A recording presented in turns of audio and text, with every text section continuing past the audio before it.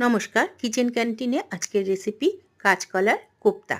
সম্পূর্ণ ঘরোয়া পদ্ধতিতে আমি এই কোপ্তাটা আজ বানিয়ে দেখাবো। তার জন্য নিয়ে নিয়েছি 6টা কাঁচা কলা। এবার এই কলাগুলো কেটে ভালো করে ধুয়ে প্রেসার কুকারে একটা সিটি দিয়ে নেব।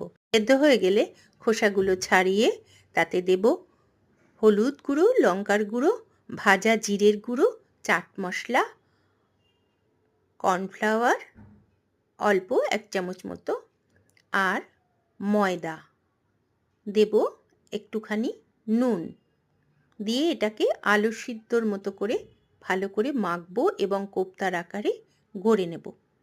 এবার একটা প্যানে সর্ষের তেল দিয়ে তেলটা গরম হলে আস্তে আস্তে কোপ্তাগুলো ভেজে নেব। কোপ্তা ভাজার সময় একটু সিম করে ভাজলে ভেতর অবধি ভাজাগুলো হবে।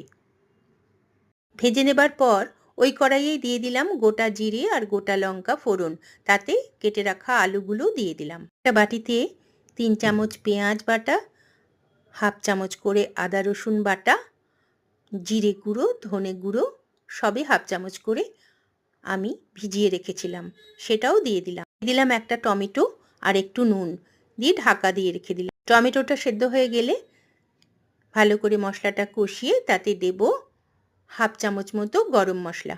মশলাটা কষানো হয়ে গেলে দেব তাতে চিনি আর আন্দাজ মতো জল।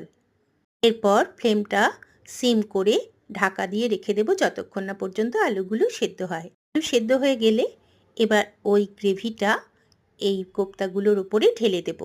কোপ্তাগুলো দিয়ে ফোটালে অনেক সময় কোপ্তাগুলো ভেঙে যায়, তাই আমি এটার ওপরেই ঢেলে দিলাম। ঘন্টা মতো রেখে দিলেই কোপ্তাগুলোর ভেতরে এই গ্রেভিটা ঢুকে যাবে। কোপ্তা রেডি।